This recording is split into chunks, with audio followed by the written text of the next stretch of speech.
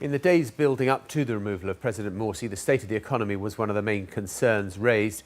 The Arab Spring revolution hadn't translated into the economic change that many had hoped for and perhaps the Muslim Brotherhood had promised. Instead, over the past 2 years, government debt has grown from 30 billion to around 40 billion. Inflation, which 2.5 years ago stood at just 3%, now stands at between 13 to 18%.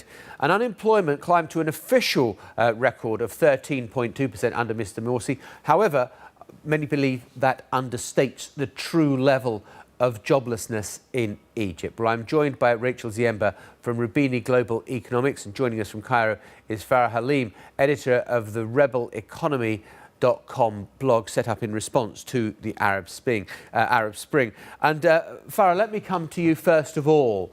I mean, when you look at the Egyptian economy, was it on the floor? Was it nearly bankrupt? Well, it depends who you ask.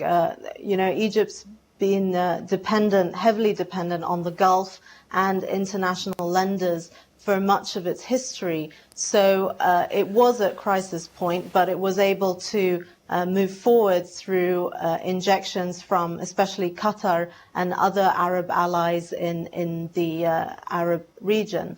But whether it was about to collapse is a different question and an argument that we've all been trying to answer for the last 2 years. Well, let me put you on the spot and give me your assessment. Do you think it was on the edge of collapse? I think that it was not actually on the edge of collapse.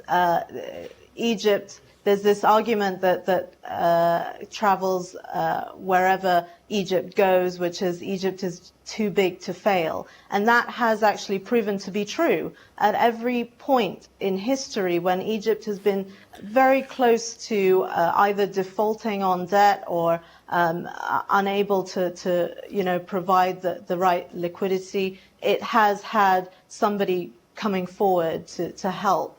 But this situation is different. I mean, Egypt's going through a historical change that keeps dragging out over such a long period. And at this moment, it's very divisive. So we might even find the Gulf is not as willing to come forward as they have in the past. OK, Rachel, do you share that analysis?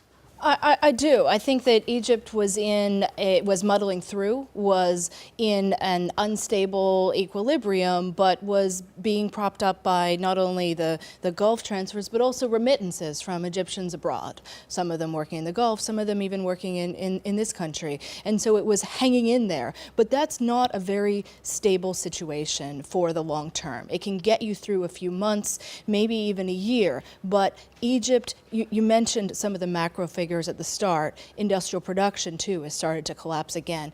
Egypt is likely to only grow just over 2% this year. This is an economy where potential growth is over 5%. So, and that's... I suppose the reason I'm asking this, and this is a more a political, geopolitical question than it is an economic question, but, the justification of the coup to some extent has been that the economy was on the edge of collapse. What you both described is an economy that's not doing well. It's muddling through, but how different, say, from some of the Eurozone countries last year where we thought they were on the edge of collapse, whether it be Greece or Spain or Portugal or Ireland?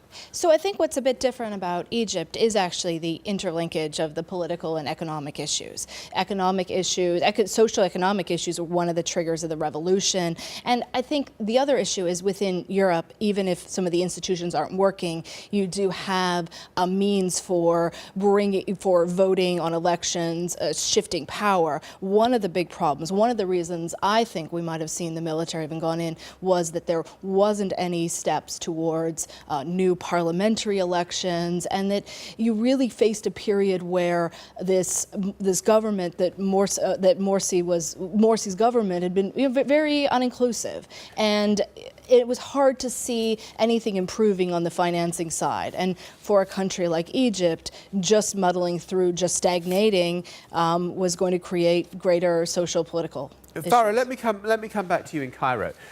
I mean, the debate that always takes place is the extent to which economic problems are homegrown, the result of bad political leadership, bad decisions, and the extent to which they are down to kind of global matters that are far bigger than an individual country. What do you think the root cause of Egypt's problems are? Is it the Muslim Brotherhood, or is it global events?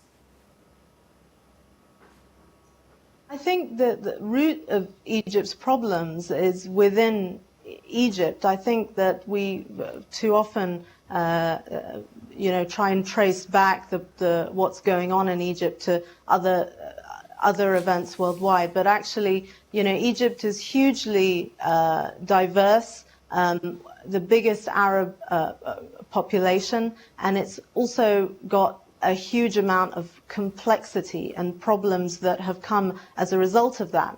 And, I'll slightly disagree with Rachel. I think that even though Morsi few can say that he did a good job of the economy.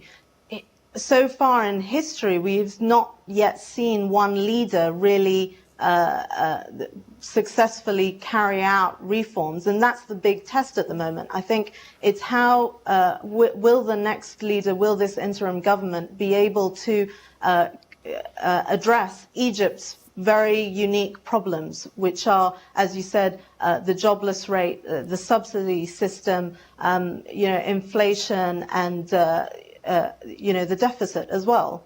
OK, Farah Halime in Cairo and Rachel Ziemba here with us in the studio. Thank you both very much indeed for being with us on Global.